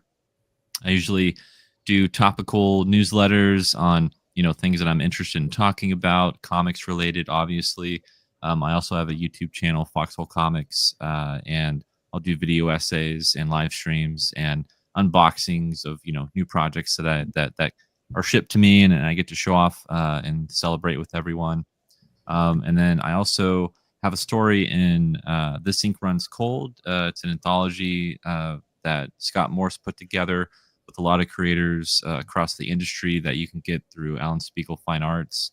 And I'll also have a graphic novel coming out next year through Gungnir Books. I'm working with Steve Orlando on a hardcover graphic novel that I'm really excited about. So be on the lookout for that in 2026. And yeah, follow me on socials, Nandor Fox Shaffer. All right, cool. Mr. Sam. What's up? You can get me at dutiesworld.com or Catch the Craze with a D-A, not a T-H-E, Catch the Craze. Every Tuesday nights, we are live with a new guest, 7 p.m. Central, 8 p.m. Eastern Standard Time. Join us on next week's show, actually this week's show. We will be raffling off some really good prizes, some backer raffles. So that's pretty cool. Every 10 backers, we start a new raffle. We are $396 away from the mystery stretch goal, and we've already unlocked 4 of the milestone goals. So check out Forbidden on Kickstarter right now. 17 days left to go. 200-page graphic novel, omnibus, whatever you want to call it. Full color. It's pretty dope. That's it. Mr. Wynn. Yes, sir. How you doing? So you can catch me on comicsburg.com. All the links to the socials are there. And we are 67 hours away from the end of the Kickstarter. So if you're interested in winning T-scale action figures or one-shot comic, hit it up. There's also coffee. Get your coffee. Get some coffee if you don't want to get anything else. All right, cool. And I'm JD Calderon. You can find me on Instagram, Twitter, Facebook, all those different places, theoswaldchronicles.com, telltalesonline.com, and primarily right now on Kickstarter with the Oswald Chronicles. I didn't put it up because we were a little pressed for time. I wanted to get in that question. So thank you, everybody, for being here. And one last thing, everybody, please check out the show notes, because in the show notes are links to all these projects all these creators are talking about, all right? And all these creators, they're all making great books. So please click those links, buy those books, because all these creators, they all deserve your support, all right? Because they're all doing great work. So please check out those books, click those links, buy them now. And just remember, everyone, read more indie comics, especially ours. Thank you so much, everyone. Have a good night. See ya. See ya. Bye.